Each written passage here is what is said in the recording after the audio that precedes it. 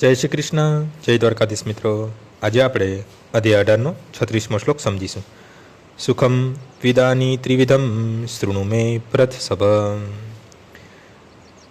અભ્યાસાદ્રમતે યત્ર દુઃખાંતમ ચ નિગચ્છતિ. હે ભરત શ્રેષ્ઠ, હવે મારી પાસેથી 3 પ્રકારના સુખો વિશે સાંભળ કે જેમના વડે બધા જીવ ભોગ કરે છે અને જેનાથી કેટલીક વખત તેના દુઃખોનો અંત આવે છે.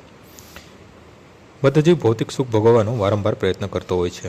એ રીતે તે ચાવેલું ચાવતો હોય છે, પરંતુ કોઈ વખત આવા સુખ ભોગ દરમિયાન કોઈ મહાત્માનો સંગ પ્રાપ્ત થઈએ તે ભવબંધનમાંથી છૂટી જાય છે. બીજા શબ્દમાં, બધા જીવ સદા કોઈને કોઈ પ્રકારની ઇન્દ્રિય તૃપ્તિમાં પરોવાયેલો હોય છે, પરંતુ જ્યારે સારા સંગને લીધે તે સમજી જાય છે કે આ તો એક જ વસ્તુની પુનરાવૃત્તિ છે અને તેના મનમાં વાસ્તવિક કૃષ્ણ ભાવના મૃતનો ઉદય થાય છે, ત્યારે તે આવા પુનરાવર્તનશીલ કહેવાતા સુખમાંથી મુક્ત થઈ જાય છે. આજનો શ્લોક અહીં પૂર્ણ થાય છે. આવતીકાલે ફરીથી સવારે 6 વાગ્યે મળીશું. જય શ્રી કૃષ્ણ.